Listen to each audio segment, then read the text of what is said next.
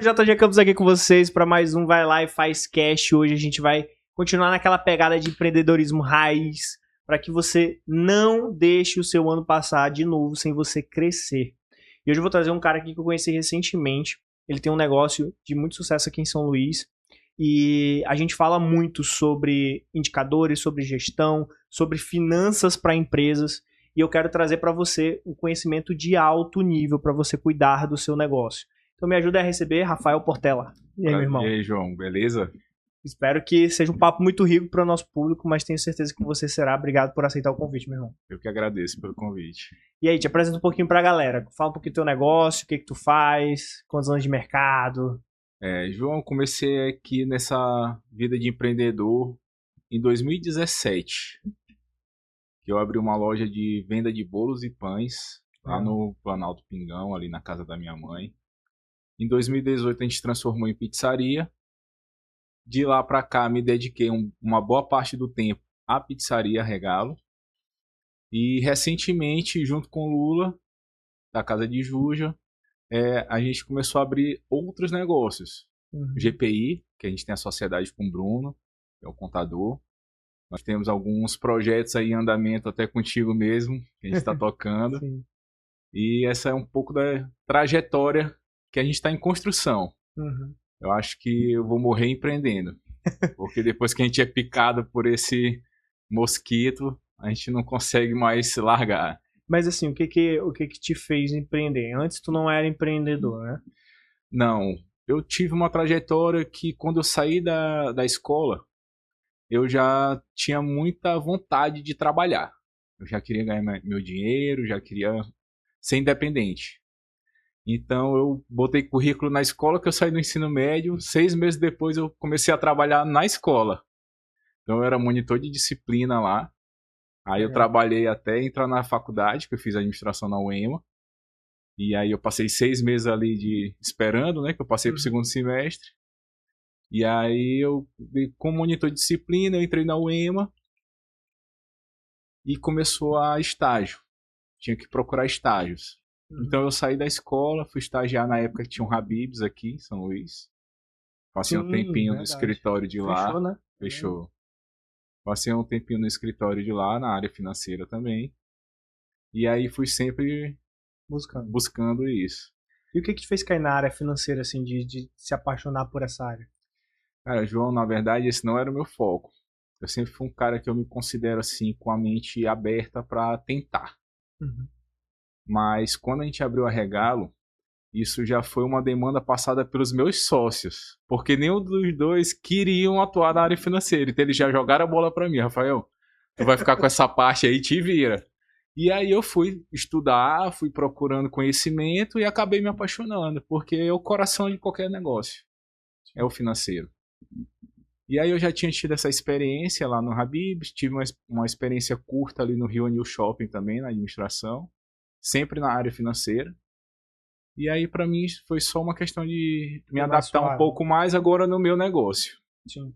E é um grande gargalo de todos os negócios. Assim, eu também venho da área financeira, mais pro lado de mercado financeiro, mas sempre estudei muito todos os parâmetros. E é uma área que, às vezes, o dono não sabe tocar. Não é nem por ele não saber o que deve ser feito, mas é porque na loucura acaba deixando em segundo plano. E aí quando tu vai ver, simplesmente a empresa está afundando e tu não sabe para onde está indo o dinheiro, para onde está vazando, né? E se tu pudesse dar um roadmap, assim, um caminho, uma jornadinha pra galera, como começar a se organizar nas finanças empresariais? O que tu falou faz muito sentido. E nessa jornada de empreendedor, a gente acaba conhecendo outros empreendedores. Geralmente, quando a gente está numa área, a gente conhece pessoas dessa área, né? Que a gente vai trocando ideia ali, pega no supermercado, algum evento e começa a trocar ideia. E realmente é um gargalo. Por quê? O pequeno empreendedor, ele é o financeiro, ele é o comprador, ele é o RH, ele é o vendedor, ele atende o telefone. Se for dono de pizzaria, ele faz pizza. Então, quando a gente abraça muitos setores da empresa, obviamente a gente não vai dar tanta atenção para cada setor como deveria. Então, talvez eu não seja um bom comprador, talvez eu não seja tão bom no financeiro, porque eu tenho que ver um contexto geral. E realmente, isso é um gargalo. Mas existem hoje em dia maneiras inteligentes da gente suprir essa necessidade. Por exemplo, no financeiro. Antigamente a gente não ouvia falar em BPO financeiro. Hoje a gente já tem várias empresas que fazem BPO financeiro que ajudam a gente a analisar esses indicadores. Um exemplo é a GPI, uma empresa que eu montei junto com o Lula e o Bruno, justamente por entender essa necessidade do mercado. Então a gente tem o BPO financeiro. Se você não tem condições de contratar um BPO financeiro, a gente tem o Excel, o bom e velho Excel, que nos ajuda bastante. Então a gente consegue se organizar pelo menos entradas, saídas, folha de pagamento, pelo menos o básico.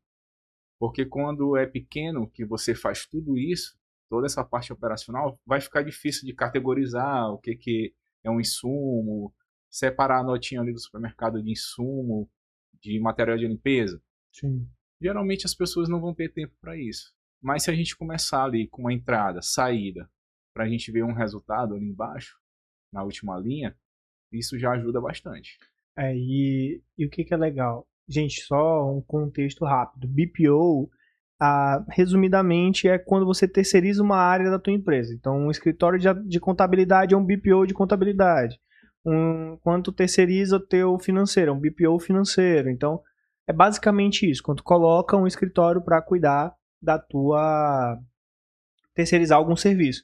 Como eu sempre falo para vocês, a BigGrow hoje é um BPO de crescimento. Então, você terceiriza o teu setor contábil, o teu setor financeiro e agora... tu terceiriza o jurídico também. E agora tu vai terceirizar para a BigGrow o teu de crescimento. Então a BigGrow, por exemplo, presta serviço para a GPI, para o negócio GPI de forma geral, na parte de crescimento, expansão, marketing e vendas. Então, é um exemplo disso. Nós somos um BPO deles, né? Nós prestamos um serviço. Assim como eles prestam um serviço de BPO para outros negócios, um BPO financeiro. E aí, cara, eu sei a diferença que isso faz. Porque por mais que eu venha da área financeira, e eu entenda bem, e eu e os meus sócios, 2 dos 3 sócios vieram da área financeira, que sou eu e o Thiago, a gente entende muito bem como controlar o nosso negócio. E o Gustavo também, que é meu terceiro sócio, ele também nadou nessa área, mas e sabe muito de planilha, sabe muito de custos, é um cara metódico, assim, todos nós somos muito bons de números. Só que tem uma hora que tu não consegue enxergar esses números.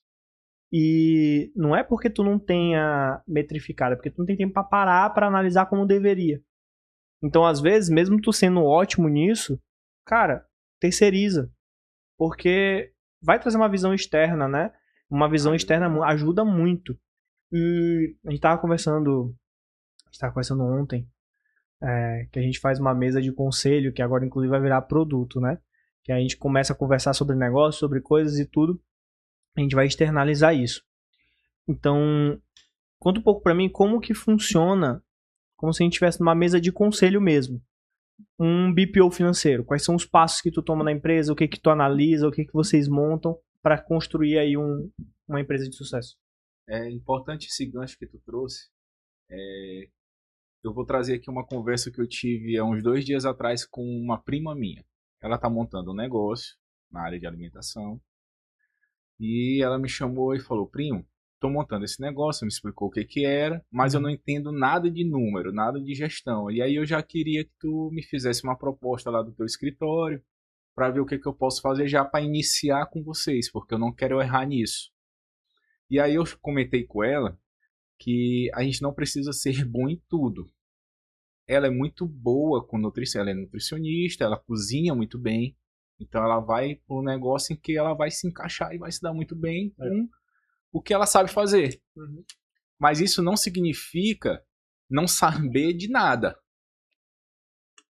Porque por mais que você terceirize essa gestão financeira, é importante que você saiba pelo menos o mínimo, entender ali o mínimo dos nomes, dos indicadores, o que significa uma margem de contribuição, um resultado operacional, um lucro líquido, separar o que é lucro do que é caixa, que isso é muito importante também, que Sim. existe muita confusão sobre isso. Então eu conversei com ela que justamente o que a gente faz lá no escritório. A gente entendeu que não adianta fazer as conciliações e simplesmente entregar para o cliente, olha, teus números foram esses aqui, e mês que vem a gente se vê de novo, espero que dê tudo certo agora, nesse próximo mês. Então, o que a gente está fazendo? É um BPO estratégico. É o que a gente fala que, na verdade, a gente nem está se considerando mais um BPO financeiro. Uma mesa de conselho estratégico. O BPO é só o meio... Uma das partes. É o meio de alcançar aquele objetivo. Entendi. Então, vamos supor que vocês fossem o nosso cliente lá no BPO. Uhum. A gente ia pegar o número de vocês durante os 30 dias do mês, a gente ia categorizar tudo, fazer todas as conciliações bancárias, tudo bonitinho. Quando a gente fosse reunir contigo, a gente ia pegar e trazer isso em forma de indicadores. A gente ia traduzir aquela informação, a gente traduz isso em indicadores. E a gente vai explicando o que significa cada um, transforma isso em metas. Então não sai só com aquela análise ali, uma reunião, uma análise. Não, a gente sai com uma planilha separada, em que a gente coloca metas. Vamos crescer 10% do faturamento, reduzir esse custo aqui em 2, 3, 4, 5%. Metas factíveis. Então a gente está tendo uma resposta muito interessante dos nossos clientes, porque não é simplesmente entregar o resultado e mês que vem a gente se vê de novo. Então o BPO, ele é basicamente isso. Só que no caso de vocês é mais ainda. É mais um pouco. É. A gente quer entregar mais, porque nós somos empreendedores. Então a gente sabe onde dói. A gente sabe onde a gente não tem ali uma ajuda, onde a gente não tem um conselho. E falando em conselho, são mesas assim que a gente tem lá no BPO que os clientes saem maravilhados. Porque você tem uma meta, você tem um número para alcançar. E a gente discute maneiras de se alcançar isso. Então é diferente falar, João, vamos aumentar 10% do faturamento. Beleza, e aí, como é que eu vou fazer isso? É. Então a gente, junto com o cliente, a gente vai trazendo ideias. É lógico, o cliente é a melhor pessoa para definir isso, porque ele conhece o negócio dele como ninguém. Eu conheço a Regalo como ninguém. Eu sei onde o calo aperta, digamos assim. Eu sei onde é que a gente pode trabalhar para melhorar. Mas eu não posso chegar aqui para... João, um exemplo. A gente tem uma cliente em que a gente notou que ela tinha muito gasto com extra, funcionário extra, diarista. Freelancer, né? Freelancer. E aí a gente pontuou para reduzir em 20%. Antes da reunião com ela. A gente fez lá uma meta de 20%. Durante a reunião, a gente chegou, a gente notou que você está gastando o mesmo que você gasta com folha de pagamento, só com diarista. E aí a gente colocou essa meta aqui de 20%. É impossível reduzir isso. Na verdade, eu tenho que aumentar o diarista, porque eu estou perdendo venda, porque meu cliente fica chamando, eu não tenho gente suficiente para atender, porque minha demanda está muito alta. Então, assim, tem que ser discutido, porque é o cliente que sabe na operação dele o que está acontecendo, o que está doendo. Então, a gente analisando friamente aquele número, a gente achou um absurdo. Como é que eu estou pagando a mesma quantidade, o mesmo valor de folha de pagamento, eu estou pagando com o diarista? Tem alguma coisa errada aqui. Então aí a gente foi traçando outras estratégias, reduzindo em outros pontos que durante a discussão a gente entendeu que poderia mexer. E naquele ali a gente não mexeu. Então a gente, como lá também tem contabilidade, então a contabilidade ficou de fazer os cálculos para saber se o ideal não seria aumentar, talvez aumentar a folha, contratar mais gente. Então tudo isso é conta para se fazer. E é um trabalho que o povo não quer fazer, que é conta. É. Ele já acha, não, mais uma conta para me preocupar, né? Já tem as contas que a gente paga. Cara, e é muito legal isso, porque traz um olhar externo que talvez, beleza, o olhar que ela trouxe para vocês não, eu preciso aumentar mais. Mas talvez ela não tenha pensado, não tenha notado que esse custo estava tanto quanto a folha e pudesse ter uma terceira solução. Que foi a primeira coisa que eu pensei. Eu falei, beleza, tá igual a folha, contrata mais gente, pô. Contrata mais gente fixa. E aí, tipo, pra gente, às vezes é óbvio que a gente tá olhando o cenário externo, mas pra quem tá dentro da mão de obra, pra quem tá dentro da operação, é muito difícil enxergar um negócio desse. É difícil e o que a gente mais vê durante a reunião é quando a gente traz um número ali, que a gente vai acumulando essa informação durante um mês, que a gente apresenta para o cliente, o espanto. Sim. Nossa, eu gastei tudo isso Porque eu sei a resposta. Eu sou comerciante, além do GPI, eu tô do outro lado também da cadeira. Então eu tenho dois lados. E a Regale é cliente do GPI também. E Sim. quando é a reunião da Regale, eu sento do outro lado da mesa. Total. E o que é que eu vejo? Todo dia eu faço uma transferência, pago um boleto, pago alguma coisa. Não tem como você ficar acumulando essa informação na sua cabeça e falar, pô, já paguei 30 mil reais de fornecedor. Não, tu pagou 1.500 daquele boleto ali. E amanhã é outro dia, tu nem lembra do boleto de ontem. Então, quando a gente vai dizer, olha, você gastou 120 mil reais de insumos no mês de dezembro, o cliente já faz uma cara de espanto porque ele nem entende, ele não sabe o quanto que ele gastou. Então, tu imagina quando a gente não é assessorado, quando a gente não tem isso em casa, um departamento financeiro, que é caro para você manter, porque um profissional do departamento financeiro não é barato.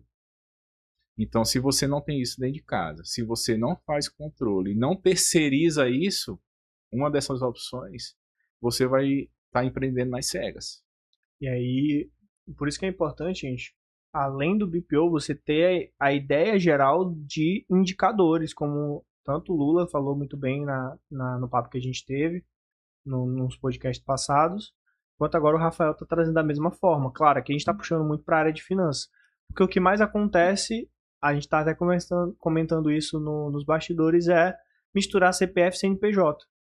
E aí tem alguns casos que eu acho que é legal a gente discutir. Pô, às vezes, vou dar um exemplo claro.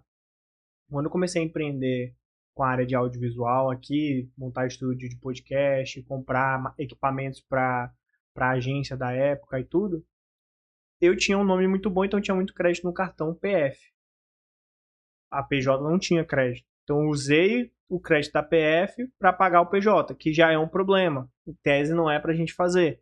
Só que é um problema muito menor do que tu usar tudo da PJ pro teu PF, começa essa mistura. E assim, a galera, outro ponto trazendo aqui também, foi uma conversa que eu tive com o Carreira da Faine, que ele falou sobre empreender por impulso, por necessidade, versus empreender por capacidade. Então o brasileiro, ele por impulso. Então acaba que ele acha que a empresa é para pagar ele só. Né? Então, comenta um pouco disso. Como que é no teu dia a dia, dentro do GPI, dentro dos mentorados que vocês têm, essa equação aí, CNPJ-CPF? É uma equação delicadíssima, porque normalmente existe essa mistura. Geralmente a gente fala de mistura PJ-PF, mas existe também a PF-PJ, que é justamente o caso de você usar o seu crédito de pessoa física para sustentar ali o seu negócio. Eu não vou dizer que isso seja completamente errado ou não faça, porque a gente fez na Regalo. Até hoje a gente tem algumas continhas que é no meu cartão, que é mais alto, tem o do meu sócio também, que tem limite alto. Mas a gente está finalizando isso para encerrar. Mas é necessário para plantio, tu tá investindo. É necessário. Só acho que a volta é pior. É necessário, e no contexto de Brasil, como a gente está falando aí de empresas simples nacional, faturamento ali baixo, começa baixo geralmente, né? O faturamento, a PJ não tem crédito. Exatamente. Não tem cartão de crédito. Então você acaba tendo que usar o seu limite ali de pessoa física. Só se torna um problema quando você mistura tanto que tu não consegue mais saber daquela fatura o que é PJ e o que é PF. Aí tu pega e paga a fatura todinha com caixa da empresa, sem tirar o que é teu, de tua responsabilidade como pessoa física. Sim. O ideal é que a gente tenha um Prolabore. E Prolabore é só para quem trabalha dentro da empresa. O que é Prolabore? Explica pro pessoal. É o salário do empreendedor. É o salário do dono, fixo. do sócio. E é fixo. Ele não tem nada a ver com distribuição de lucro. É outra coisa. Então, vamos supor que a gente abriu uma empresa em sociedade. Tu entrou com capital e eu entrei com trabalho. Eu estou trabalhando ali no dia a dia. Eu tenho Prolabore, você não tem. A tua parte vai ser só distribuição de dividendos. Sim. Última linha. De acordo com o percentual que foi combinado. Eu já tenho um salário porque eu trabalho na empresa. Eu estou ocupando uma posição lá dentro, que seria de um gerente. Se não fosse tu, seria outra pessoa. Seria uma outra pessoa. E como é que eu defino o Prolabore? Isso é uma pergunta que a gente recebe Essa muito. é a minha próxima, porque eu já vi várias abordagens, quero ver qual é a tua. O ideal é, se eu não estivesse aqui, eu precisaria de um gerente. Qual seria o custo desse gerente para a empresa? Um salário de um gerente aí é 3.500, comissão, encargos, vamos dizer que ele custasse 5 mil reais. Então esse é o seu prolabore ideal, seria esse custo que você teria com um gerente para ocupar aquela posição. Legal. É uma das contas, é basicamente a forma mais fácil que eu vejo. Tem gente que complica muito. Tu tira X% de quanto a empresa fatura e não sei o quê. Cara, não, pô, vai pro básico, vai porque diz a lei. Bota lá o quanto que tu pagaria para alguém que substituiria você nessa função e recebe. Muitas vezes nem começa com prolabore, né? Porque na maioria das vezes, na real. Então, gente, defina isso, porque o principal ponto é quando tu começa a tirar mais da empresa do que ela produz, óbvio, a conta não fecha. E aí a gente fica com um falso ego de, pô, não, eu tô trabalhando pra cacete, eu mereço. Só que aí tu mistura o dinheiro, não tira prolabore, ou bota o prolabore alto, e aí começa a misturar a conta PFPJ, e isso vai virando uma bola de neve e tu não sabe mais separar a tua vida, né? E isso aí chega a ser um problema que leva muitas empresas, inclusive, a quebrarem. Justamente porque, assim, digamos, a gente abriu uma empresa. É justo que se eu estou trabalhando eu receba um salário. Mas como empreendedor eu sei que nem sempre isso é possível, principalmente no começo. Mas é importante que a gente defina esse valor porque tu tem despesas pessoais, tu precisa sobreviver. E aí a gente delimitar isso é saudável para o PF, para a pessoa física e muito mais ainda para a PJ. Porque eu não tenho risco de fazer uma mistura ali de dinheiro, de saídas. Então, se eu ganho 5 mil reais de prolabore, eu sei que eu tenho que manter minhas despesas pessoais nesse limite. E a empresa, quando a gente define isso, ela está saudável, é uma obrigação da empresa. É um salário como qualquer outro. Como qualquer outro. Então, isso que é interessante pra galera. A gente já falou sobre prolabore, outra coisa que tu citou é lucro e caixa. Então, como que a gente define essa separação? Porque lucro vai para a distribuição de lucro, caixa fica para o caixa da empresa. Então, como é que a gente poderia organizar isso numa empresa? João, se a gente for pesquisar no Google agora, a gente vai achar aí umas 20 formas de calcular um fluxo de caixa. E que nunca vai ser ideal para ninguém. Porque é uma coisa assim... teórica, uma coisa teórica. É teórico. E depende muito do contexto da empresa, do momento da empresa. Então, assim, se a gente for pela teoria, pelo que diz o livro, os especialistas, 6 meses, pelo menos aí 6 meses de custo fixo.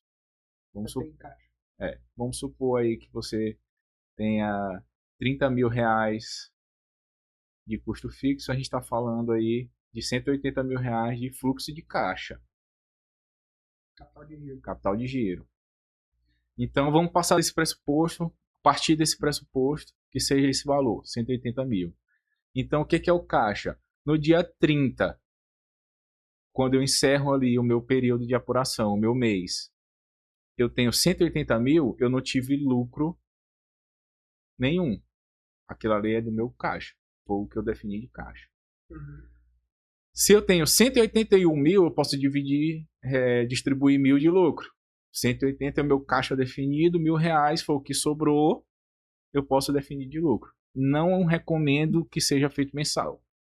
Porque a gente sabe que nem todo mês a empresa vai performar daquele jeito. Vai que no mês seguinte fecha negativo e tu, ó... A gente espera que sempre melhore, né? Que seja um mês melhor do que o outro. Mas a gente sabe que é sazonal. O comércio, então, é uma coisa imprevisível. Às vezes a gente está numa alta que aí vem um mês horrível, consome nosso caixa. Então, o ideal é que você faça essa distribuição de 3 em 3 meses. Pelo menos. Que é o famoso PL, né, gente? E aí tem empresa que faz uma vez por ano, de 6 em 6 meses, trimestral, bimestral, aí depende muito. É aquela que a gente acabou de falar, não existe uma fórmula. Cada empresa pode definir a sua. Mas eu acho interessante... O que é importante é que caixa é rei. Isso aí a gente caixa pode deixar de lado. E eu acho interessante que não seja com uma periodicidade menor do que 3 meses. Sim. porque a gente consegue entender ali a saúde realmente do financeiro da empresa. Agora, como tu falou, caixa é rei. Isso aí é uma máxima que a maioria das pequenas empresas desrespeitam, infelizmente. Gente, olha só esse último conceito, essa última equação aqui que Rafael trouxe. Ela é tão simples de fazer, mas como ele bem disse, depende do contexto. Você deve estar pensando, cara, como é que eu vou guardar 6 meses de caixa? Sabe por que tu não guarda muitas das vezes? Porque tu já está distribuindo lucro. A gente não quer dizer que tu vai formar no teu primeiro ano os 6 meses de custo fixo. Mas tem uma métrica legal também, que a gente até estava comentando antes, que é o seguinte. Geralmente, a, as empresas de BPO financeiro, como o GPI, os contadores, eles recomendam que você não distribua lucro nos primeiros 2 anos de negócio. Tenha seu prolabore, isso pague suas contas, mas você não distribua lucro. E todo lucro, ele é responsável por fazer esse caixa de 6 meses. Então, vamos lá. Então, a gente trouxe algumas definições aqui. Beleza. Primeiro, caixa versus lucro. Então, o meu lucro, ele não é o quanto eu lucrei naquele mês. Pô, meu custo fixo é 40 mil, eu fiz 50, foi 10 mil de lucro. Não. Porque talvez esses 10 mil esteja negativo no meu caixa que eu defini de caixa, de capital de giro, né? Que é de 3 a 6 meses. Só que também, e aí, Rafael, que eu queria que tu comentasse, é muito complexo no contexto Brasil a gente seguir o livro. Porque o empreendedor às vezes às vezes não, a maioria do tempo tá com a corda no pescoço. E como que a gente consegue ter separar um pouco a mentalidade do ser humano, meio que desespero dali, para ter uma consciência financeira de que, pô, beleza, mesmo apertando, mas vamos guardar aqui um pouquinho. Como é que tu recomenda a teus clientes? Como é que é esse cenário aqui no Maranhão, principalmente? Que eu acredito que grande parte das empresas não tem esse capital de giro de 6 meses. Como a gente falou, né? Os 6 meses, essa teoria é até meio utópica no cenário Brasil. Acho que não só no Maranhão, é Brasil, com a carga tributária altíssima, custo operacional alto. Então, assim, não é simples fazer 6 meses. Às vezes a gente está vendo aí um cenário que muitas empresas estão pedindo recuperação judicial. 2025 bateu o recorde. E se as grandes estão passando por dificuldade, dirá as pequenas. Então, o ideal, assim, tudo, como eu enxergo, tudo parte do Prolabore. Por quê? Não adianta a gente chegar para o pequeno empresário que monta a empresa e falar, cara, não tira nada porque não pode, porque tu tem que construir durante tantos anos, tu tem que ter 6 meses de custos fixos. O cara tem a conta para pagar, ele tem o filho que ele precisa alimentar, tem a esposa dele dentro de casa, tem a roupa que ele precisa comprar. Exato. Então é quase impossível a gente falar isso. Então, assim, o Prolabore já ajuda muito, porque quando você estipula o fixo, você consegue controlar para que você não entre dentro do capital da empresa, daquilo que a empresa precisa de giro, que é da empresa, não é seu. E isso aí tem que ficar bem claro, porque a gente não costuma não entender. Não é seu, é da empresa. A empresa é sua, mas o dinheiro não é seu, o dinheiro é dela. O seu dinheiro só vem depois. Então, a partir assim, quando a gente define esse salário, isso melhora muito e traz tranquilidade para o empreendedor. Mas como tu trouxe, tem que ter cuidado na definição disso. Não é o que eu mereço. Porque eu trabalho 20 horas por dia para o negócio, então eu mereço um salário de 10 mil. Bom, aí tua empresa fatura 11. Tu tá quebrando tua empresa, porque tu vai ficar sem dinheiro para pagar. Sim, então tem que ser dentro do razoável. Tem que ser do razoável. Eu lembro quando voltando um pouco aqui na Regalo, quando a gente abriu, foram 2 anos sem tirar nada. 2 anos sem tirar nada. Quando a gente começou a tirar, a gente tirava R$500 cada um. Aí isso aí foi durante uns 6 meses. A gente foi 700, 900. A gente saiu de 500 para 2.500, entendeu? A gente foi de acordo com o que dava para fazer ali, a gente foi distribuindo. E num cenário que era no 3, ia igual. Nós somos iguais lá. Então, se era 500 para mim, tinha que ser 500 para todo mundo. Se era 700 para um, então a gente tá falando aí, 700 é R$ 2.100. Isso de retirada de lucro, De não? Prolabore. De Prolabore já? Prolabore. Ah, então foi mais apertado ainda. Eu pensava Ó, que era...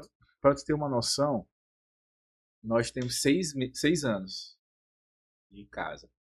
A gente nunca distribuiu o lucro. A gente tem um Prolabore hoje, razoavelmente bom, alto. Uhum. Principalmente se a gente tratar aí de uma pizzaria. Porque a gente resolveu pegar esse dinheiro que ficou no caixa ali e reinvestir 100% na empresa. Então a gente foi trocando equipamento, reformando loja, abrindo outras lojas. Então a gente reformou a loja matriz, que é no Planalto Pingão. A gente começou com um forno lá que pra gente tinha sido assim. A gente achava que era até um absurdo. Ninguém fazia um investimento desse no forno. R$ 8.000 na época, lá em 2018, no forno. A gente abriu na segunda semana que a venda tava estourando. A gente já comprou um de 18. Aí, com menos de um ano, a gente trocou por um de 30. Então, o dinheiro foi ficando lá dentro. É por isso também a gente demorou a tirar até o Prolabore, porque a gente botou tudo dentro da empresa. Investimento no crescimento, né? E aí a gente abriu a loja da Coama.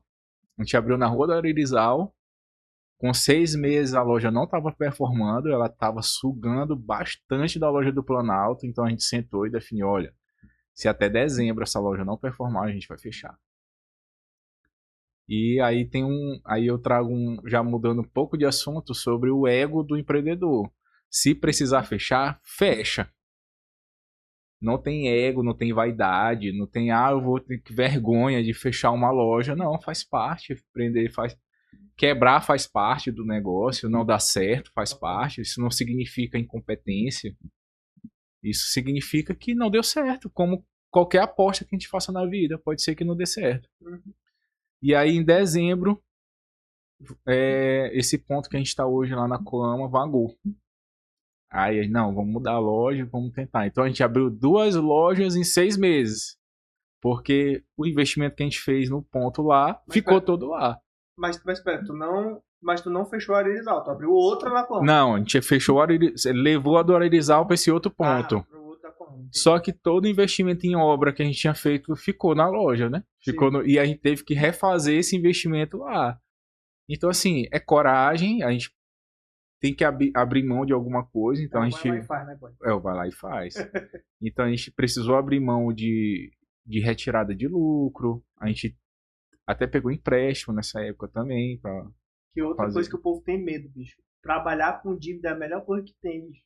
O nego não entende como usar dívida direito. Cara, trazendo isso para um contexto também, uma realidade que a gente escuta muito dos nossos clientes lá no GPI. Eu posso pegar empréstimo para pagar uma conta que está atrasada, um imposto que está atrasado. Isso, a pior coisa que a gente pode fazer é pegar empréstimo para pagar dívida. Empréstimo a gente pega para alavancar o negócio, para investir no negócio. Eu não consigo vender mais porque o meu forno não acompanha a minha demanda. Meu pedido sai atrasado porque meu forno é pequeno. Tu pegar um empréstimo lá de 30 mil para comprar um forno novo faz sentido, porque tu vai aumentar a tua oferta, tu vai vender mais, tu vai pagar o forno com aquele dinheiro, com o investimento do forno, então faz total sentido. Agora, se tu pegar para pagar um cartão de crédito que está atrasado, aí só vai fazer sentido com muito cálculo dos juros do cartão, aí é uma troca de dívida, tu tá trocando 6 por meia dúzia. Minha esposa, a gente conversando um tempo desse. Recentemente a gente comprou um consultório, ela é dentista. E, cara, um consultório não é barato, só que tem oportunidades assim que tu vê na vida que não tem como tu dizer não. Tu vai atrás de conseguir. Eu não sei se tu sabe, mas, cara, tudo de dentista é caro. Tudo. De faculdade, o material da faculdade, qualquer besteira tu gasta muito dinheiro. E aí a gente... Né? Não, a cadeira, meu amigo, eu falei, rapaz, vai dormir nessa cadeira, porque... E eu acho tecnologia doida, umas coisas que precisam, material, reposição de estoque o tempo todo. Eu falei, meu Jesus Cristo. E aí a gente... Apareceu uma oportunidade, dezembro agora de 2025. Eu e ela fomos para um evento. Nesse evento, um dos sonhos que a gente colocou em conjunto lá, que fez uma dinâmica super legal, foi que a gente ia ter um consultório. É uma vontade dela e eu gosto muito da área. Gosto muito da área da saúde. Acho que é uma área boa de se fazer grana. E aí, beleza. Comecei a estudar, começou a fazer sentido. E Deus, fazendo aquela. Tem um cliente meu que fala, que é o Marcelo Grangeiro, ele fala que é uma jesuicidência. Que não é uma coincidência, é uma coisa que Sim. Deus mandou. E aí, uma jesuicidência dessas, apareceu uma pessoa repassando uma clínica, porque expandiu e tal, uma clínica não, um consultório, né? Porque clínica tem mais de uma cadeira. Repassando um consultório, assim, por uma oportunidade, assim, que não dava pra jogar fora. Aí, e eu e minha esposa, a gente falando que a gente queria casar, então a gente tava começando a se planejar pra casar. Aí, ela, isso aqui deu certo, graças a Deus a clínica, negocia muito bem, fechamos e tal. Aí uns dias depois, a gente conversando no carro, depois que a clínica tava montada e tudo, inclusive, gente, é Senza em São Luís, vou deixar aí o link do site pra vocês, vamos fazer o jabá, né, vai que... E aí a gente saindo da clínica, ela falou assim, rapaz, com o dinheiro que a gente investiu na clínica dava pra fazer um puta casamento. Eu falei, mas a clínica vai permitir que a gente faça um casamento muito melhor. Então, assim, é muito diferente você fazer uma dívida pra realizar um sonho ou pra pagar a conta do que você fazer uma dívida de alavancagem, como o Rafael trouxe. E, gente, pra empresário no Brasil, tem muitos programas legais que dá pra você usar. Tem o Pronamp, tem... qual é o nome daquele outro, rapaz? Tem o Pronamp é o melhor. É o melhor que tem, porque os juros é baixíssimo. Tem o PEAC também, que ele usa os recebíveis de cartão, né? Ele vai Sim. bloqueando ali o percentual diário. E é CGI tem um também. É uma coisa assim. Então, pesquisem, principalmente Pronamp. Pronamp é muito Pronamp bom. é bom. Porque você tem uma carência para pagar, você consegue investir e tal. Então, assim, cara, use dívidas para alavancagem. Alavancagem, investir no teu negócio, validou ali, pô, ele botou a primeira pizzaria, começou a vender, comprou outro forno. Para comprar outro forno, poderia ter usado o Pronamp, poderia ter usado... Então, essa visão é que eu acho legal, que mudou muito minha cabeça antes. Na imaturidade, quando eu comecei a empreender, pra mim era tudo à vista, tirar do bolso, ou então no máximo um cartãozinho de crédito que não tinha juros. Fazer empréstimo nunca pensei. Mas, cara, à medida do tempo que eu fui estudando, fui puxando, é muito melhor trabalhar com dívida do que tu sangrar teu caixa, tu perder fluxo de caixa, né? Se tu parar pra ver, João, na verdade, essa visão, essa mentalidade, que todos nós já tivemos e quebramos essa crença, ou ainda temos, né? Alguns ainda têm, sobre dívida, que acha que dívida é ruim, nem toda dívida é ruim, como tu bem trouxe. Que isso é muito cultural. Eu não sei, a gente conversando aqui nos bastidores, tu me contou um pouco a história Do Valor Faz. quando tu resolveu vir para essa área digital. Os teus pais não concordaram muito, não entenderam, pelo menos ali naquele momento, né? E a minha mãe, apesar da minha família ser toda empreendedora, minha mãe era zero. Ela é enfermeira, concursada, então para ela é concurso, sempre foi. Estabilidade zona. Estabilidade, esse negócio de ser empresário não dá certo, é muita dor de cabeça, muita confusão. Em partes ela estava certa, realmente. É muita dor de cabeça. Mas é uma dor de cabeça que eu digo que é boa. Eu, pelo menos, eu gosto.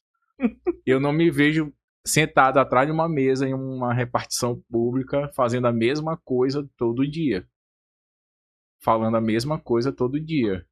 Pensando a mesma coisa todo dia. Sem possibilidade, né, cara? Acho que o empreendedor, o que dá mais tesão no empreendedor é que ele pode fazer coisas novas o tempo inteiro.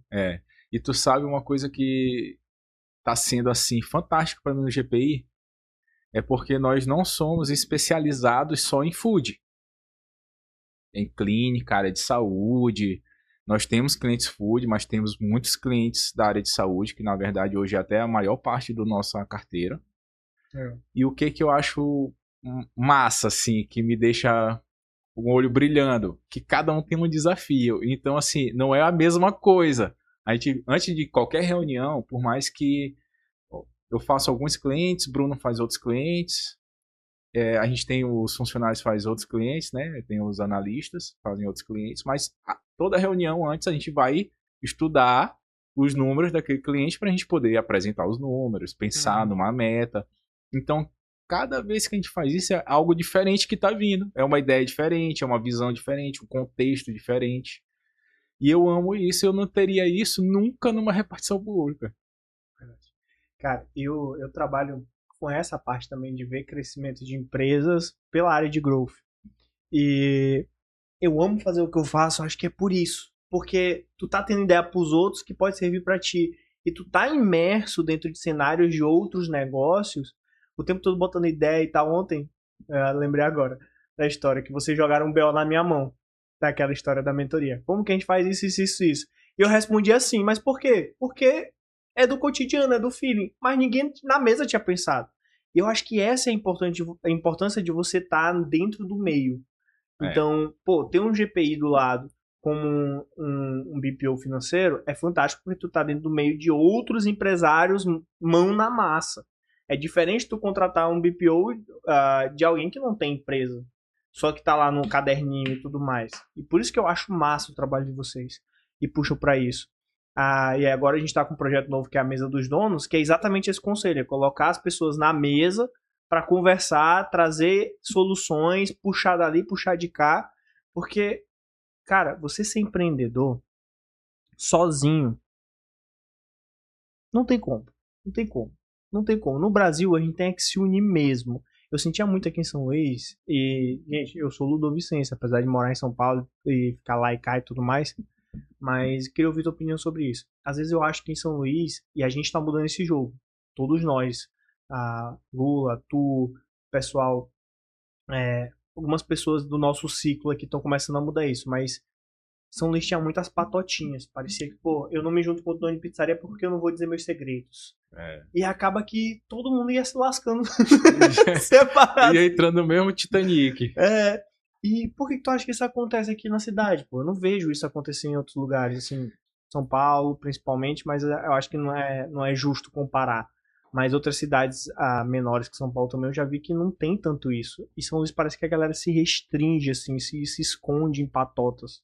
Cara, João, assim, tem até um grupo de pizza, falando aqui um pouco de pizzaria, né? Tem até um grupo de donos de pizzaria que é confusão, meu amigo. Tem muita ajuda? Tem. Mas aí, às vezes, o cara mete uma promoção lá de R$15,90, aí a galera cai em cima. Quer me lascar. Eu vou comprar pizza de ti e revender, porque eu não sei como é que tu consegue fazer esse preço. E realmente, é o cara que às vezes bagunça o mercado, né? Realmente dá raiva, dá vontade de falar, né? Mas respondendo... Imagino, pior que grupo de condomínio. Não, chega a ser às vezes até engraçado também. Mas respondendo a tua pergunta, eu acho também isso é mentalidade. É justamente você achar que a Regalo cresceu de uma forma, de uma velocidade até razoavelmente rápida.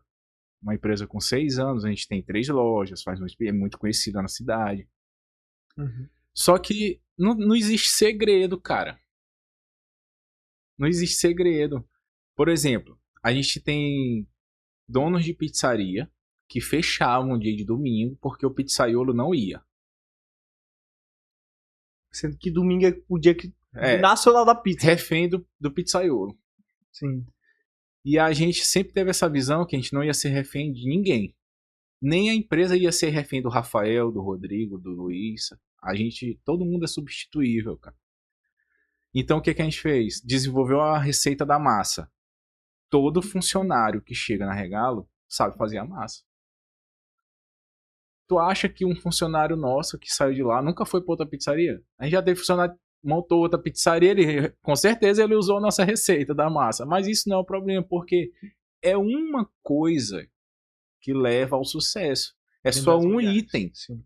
Não adianta eu ter a melhor massa e ter uma entrega ruim. Não adianta eu ter a melhor massa e ter um atendimento ruim. Então é só um item. E o que contextualizando, só para contextualizar, as pessoas têm medo de compartilhar isso. Cara, o que tu faz que dá certo lá na tua pizzaria? Eu faço a entrega, é assim, assado. Meu produto é assim, assado. Eu uso essas marcas aqui.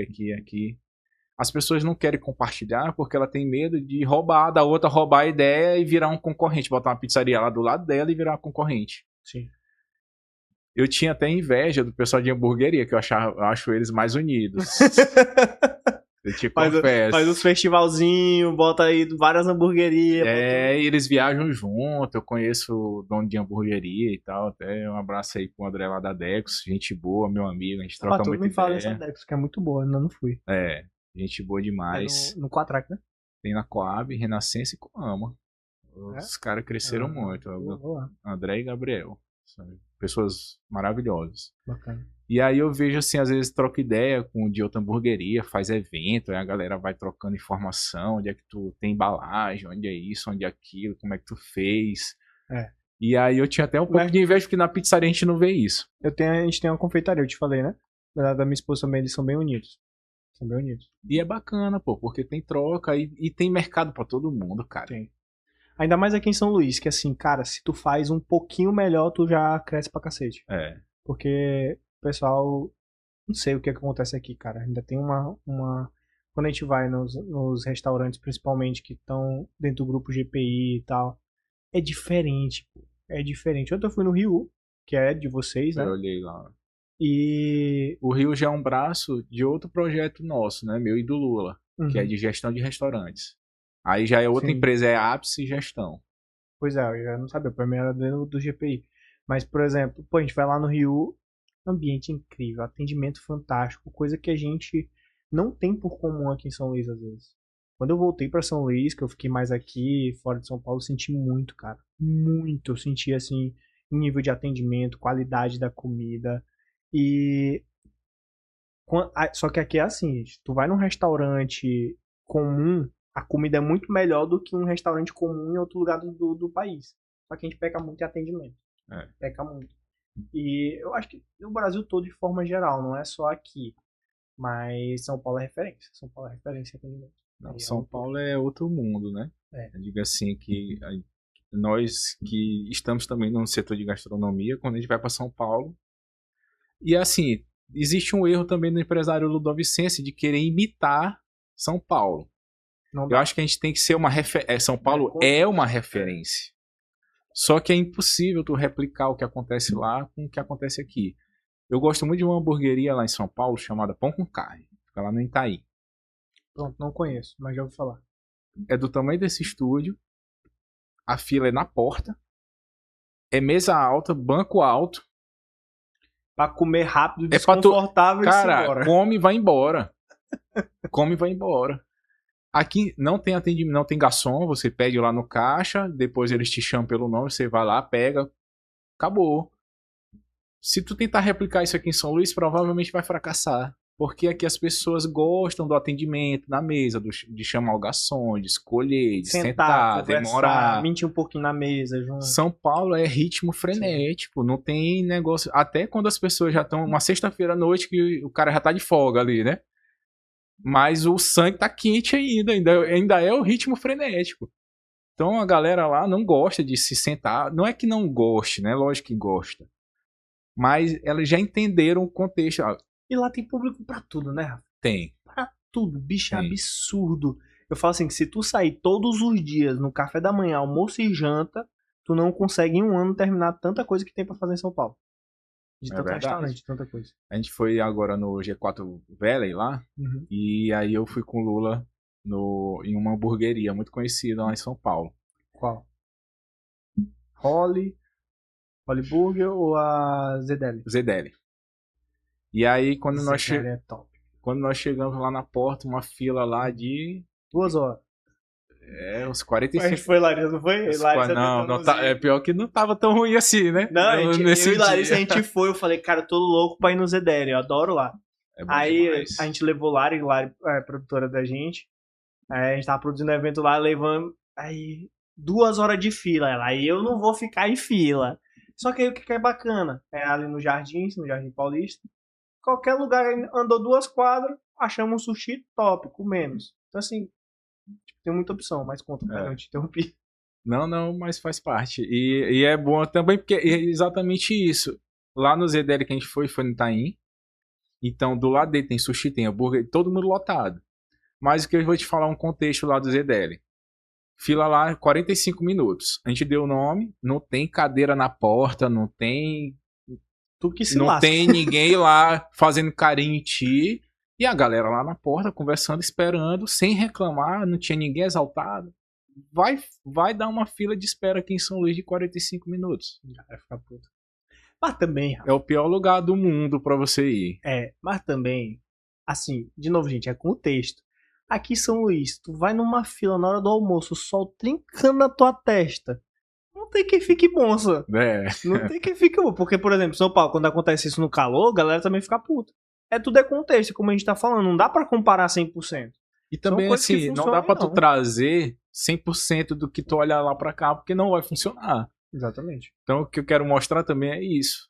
Não adianta tu querer replicar. O ZDL é pequenininho, pelo menos na loja que a gente foi.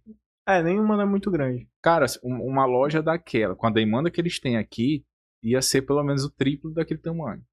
Porque o nosso contexto não admite esperar 45 minutos na porta. Quero falar assim, você pode ser uma referência a ZDL, mas quando você trouxer para cá, tu vai ter que adaptar o modelo de negócio ao teu mercado. Sim. Ao que as pessoas esperam, querem. Se acontece isso dentro do Brasil, imagina quando traz uma coisa de fora para cá. Eu passei por isso, pô. Eu comecei minha carreira fazendo go-to-market de algumas empresas. Então a gente trazia dos Estados Unidos soluções para cá. Tem uma época que o cara queria trazer um produto de $500 de recorrência mensal. Na época o dólar era $4. Pô, R$4. Já era 2.000 conto. Meu amigo, como eu vou trazer... era uma edutech. Uma universidade de 2.000 conto online pra pessoa. Isso foi pré-pandemia. Não dá. Não é cultural, não funciona. Aí tinha lá uma matéria que era wellness, que é a mistura de bem-estar com finanças e tal, que é um negócio. Cara, isso aqui não vai pegar no Brasil, apesar de o Brasil precisar muito disso, mas não é o que a galera quer comprar.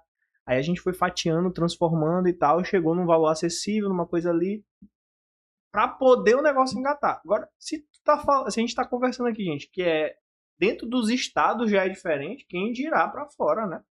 E quando a gente pensa no cenário do Maranhão em si, e eu sempre tomo cuidado de não parecer assim, sempre o teu lugar é o pior, porque todo mundo traz assim. Mas a gente tem um cenário muito complexo aqui. E o cenário de restaurante está muito competitivo. Queria que tu falasse um pouco sobre isso, porque cada hora abre um restaurante aqui. Como é que vocês estão sentindo isso? Claro, vocês que são mais consolidados, tu, Lula, tem já uma maturidade maior para isso. Mas eu tô vendo muito restaurante abrir, muito fechar aqui em São Luís. Não sei se é impressão ou se realmente está acontecendo. Não, sempre foi. O mercado de São Luís sempre foi assim, né? A gente fala, existe até uma visão cultural que a gente tem aqui em São Luís, São Luís não dá nada certo, tudo fecha com 6 meses. Não é bem assim. Mas, como qualquer lugar, tem quem sobreviva e tem quem vai morrer com 6 meses, 1 ano, 3, 4, 5. Isso aí é independente até do mercado. Cara, o Maranhão, ele realmente exige um pouco mais de paciência, de resiliência do empresário. Por quê? A gente tem uma mão de obra muito desqualificada. Por mais que, restaurante... A gente tem uma ideia, quem é de fora tem a ideia de que no restaurante não precisa ser qualificado para você trabalhar lá. Mas não é bem assim. Você tem que ter pelo menos um nível de estudo, de postura, de qualificação ali para você atender bem um cliente. Uhum. E a gente tem esse problema aqui no Maranhão, infelizmente. Só que também tem muita oportunidade. Porque quanto maior a dificuldade, quanto o estado assim, mais pobre, mais difícil, mais oportunidades também a gente tem para empreender. Porque a gente tem mais necessidade. Uhum. Então, em São Paulo, se a gente chegar com um restaurante lá, é mais um restaurante muito bom. Aqui pode ser o restaurante muito bom, o cara. Realmente a gente está vendo um boom de aberturas de restaurantes aqui. Existe uma pulverização da clientela.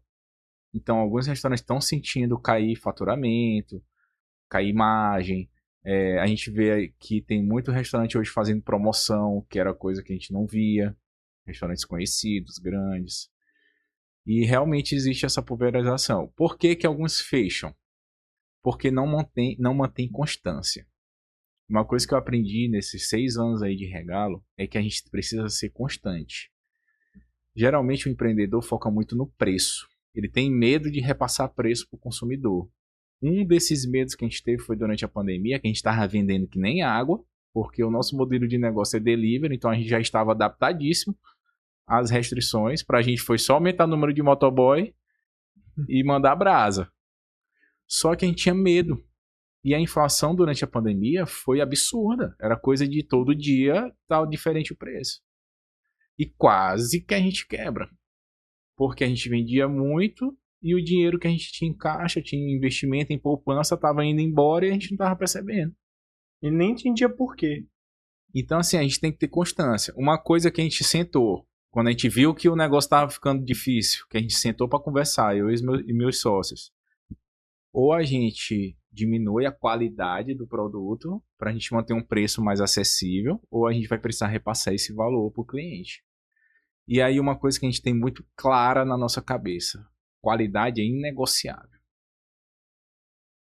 A gente não negocia a qualidade de jeito nenhum. A gente prefere diminuir um pouco a venda, a demanda, mas manter a qualidade, o padrão do produto. Então, assim, do primeiro dia da Regalo, dia 28 de setembro de 2018 até hoje, é a mesma quantidade de queijo, a mesma quantidade de calabresa. A calabresa até que aumentou um pouquinho, que a gente achou que estava pouco, aumentou um pouco.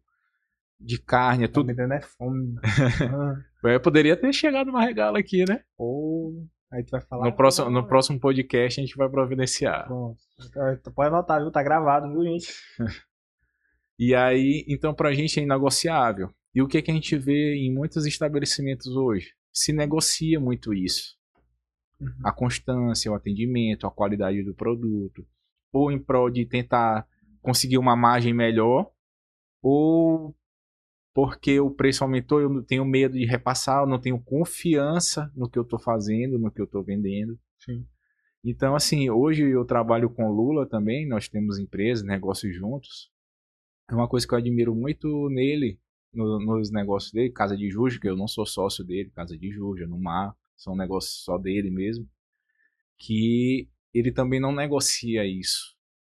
E eu acho que é por isso que ele também mantém a constância, é por isso que a Casa de Juja tá aí, o Numar tá aí, fazendo sucesso, a Casa de E Juja vocês estão Tutói, transferindo isso para os clientes de vocês também. Isso, da Ápice Gestão, que é no caso do Rio, que foi uma transformação até de nome, né? Sim. O Sushi Bar, eu não sei se tu lembra quando começou, que Sushi Bar era, na verdade, era não só referência, como foi um pioneiro também, né? Sim. Acho que Sushi Baizuki só. Trazer sushi e tudo. E a gente vê que foi uma marca que foi se cansando durante o tempo. Os proprietários, durante a pandemia também, a gente conversando, né, numa boa ali, a gente conversando para entender o contexto, né? De desestímulo mesmo, porque teve que fechar, né, a empresa e tal, e eu acho que muitos empresários passaram por isso, mas eles foram muito resilientes em continuar. E ali eles estão numa localização muito boa, ambiente muito lindo, ficou agora muito grande lá, muito né? grande. Ali a loja. E nós chegamos agora para energizar o negócio. Tanto que foi uma... Eles queriam mudar 100% o nome. Tipo assim, apagar a história do Sushi Bar e recomeçar. E o Lula falou, não, cara, a história do Sushi Bar é uma história bacana. A gente precisa manter. Então vamos mudar o nome, mas vamos deixar lá RU Sushi Bar. Porque não é assim, não é porque passou por um rebrand. Um período aqui de desestímulo de alguma coisa que a gente vai jogar toda a história fora. Então, assim, muitos empresários passaram por isso. E o ramo de alimentação, ele chega a ser um pouco ingrato, muitas vezes. É por isso que tu enxerga muita empresa fechando. A margem é mais apertada, não é uma margem maravilhosa de 20%, 30%. Existe negócio de alimentação com essa margem de 20%? Existe. É bem difícil. Mas é difícil. É muito raro. Geralmente aí, num contexto global, vamos dizer que 10 já está sendo muito bom na realidade do Brasil hoje. E, cara, aproveitando o ponto que a gente está trazendo de dificuldades, empreendedorismo e tudo mais, Já estamos aqui mais de uma hora falando aí, parece, né? Bem, muito bom gravar podcast, eu adoro. Passa rápido. E sempre no último bloco eu pergunto, Rafa, qual é o momento vai lá e faz o teu momento vai lá e faz. Você como empreendedor, como empresário, a gente tem vários, mas qual foi o que mais te marcou? Cara, a Regalo me marcou muito porque a gente começou do zero, no terraço da casa da minha mãe. Eu sempre fui um cara muito metódico. Então eu levei isso para a cultura da Regalo também, de entregar, de excelência do atendimento, de avaliações. Eu sou um cara que eu não admito 4.8 estrelas na Regalo, não admito. Quando a gente, se às vezes parece ter uma semana ali que dá tudo errado, a tendência é que a avaliação dê uma caída, né? Ali no iFood e tal. E eu não admito, eu fico doido. Eu vou, converso com os funcionários, não, vamos incentivar a avaliação, vamos procurar o que foi que a gente errou, a pontuação maior de erro é essa daqui e tal. A Regalo foi interessante porque ela quebrou um pouco isso de mim. Porque quando a gente não começou com dinheiro no bolso. A gente tirou um empréstimo, na época foi 20 mil reais. Que basicamente a gente quebrou ali paredes e botou a porta e comprou o forno. E quando eu olhei a loja era muito feia, bicho. A loja era muito feia. E quando caía trigo no forno, na resistência, que era elétrico nessa época, o forno, fumaça, era uma fumaça doida. Tem até uma foto lá no meu Instagram do funcionário nosso aqui, botando a camisa no nariz. Aí todo mundo chorava porque ficava ardendo o olho. E quando eu olhava aquilo ali, eu, cara, será que a gente vai ser assim para sempre? Será que a gente vai conseguir melhorar essa loja, deixar mais bonitinha, pintar? Quem pintava era a gente mesmo. Eu e os meus sócios. Até meu sobrinho era pequenininho na época. Tem até uma foto dele pintando a fachada lá da loja, ajudando a gente. E assim, para mim isso quebrou muito. E me marcou muito. Porque a gente vê que não precisa começar perfeito, cara. Se a gente for esperar começar perfeito, não faz. A verdade é essa. E não vai ser, até hoje em dia não é. As lojas estão tudo bonitinha, todo ano a gente consegue pintar, a gente consegue renovar ali o aspecto físico da loja, fazer alguma melhoria, mas não é perfeito, sempre tem alguma coisa para melhorar. E se a gente for ficar atrás de ser perfeito, que tem muita gente que deixa de empreender porque fica esperando o momento perfeito, o governo perfeito, dinheiro na conta para fazer a loja perfeita, e não é assim que funciona. Eu acho que você tem que buscar, e que você não vai conseguir também ser perfeito no produto ou no serviço, né, na entrega para o cliente, mas é melhor você focar em ser o melhor nisso do que você ser perfeito, porque não vai dar certo. Você não vai conseguir fazer. E muito legal contar essa história porque às vezes dá um negócio na gente assim, pô, não quero abrir desse jeito, não quero começar desse jeito, mas quando tu vê os maiores negócios do mundo começaram numa garagem de casa, né? É aquela ideia do antes feito que perfeito. Pô, Rafa, muito bom papo. Acho que a gente conseguiu agregar bastante pra galera. E como que a gente faz pra te achar, pra achar a Regalo aí nas redes sociais? O GPI é @GPI Gestão, a Regalo é @PizzaRegalo, e o meu Instagram pessoal, e estou começando a compartilhar alguns conteúdos lá também, é @Rafael Portela, o Portela com 2 T's. E, gente, sigam o Rafa, sigam o GPI, tá com muito conteúdo legal. E, mais uma vez, espero ter agregado com vocês aqui. Sempre trago convidados que, cara, façam um filtro aqui de gente, de fato, que vai agregar e ensinar alguma coisa para vocês. E apliquem imediatamente, porque eu já falei, toda vez que a gente aprende algo, se a gente não aplica nas primeiras 24 horas, a gente perde mais de 80% do conhecimento. Isso é dado. Então, muito obrigado pela audiência, meus amores. Já sabem lá, JG Campos em todas as redes. Fiquem com Deus e até a próxima.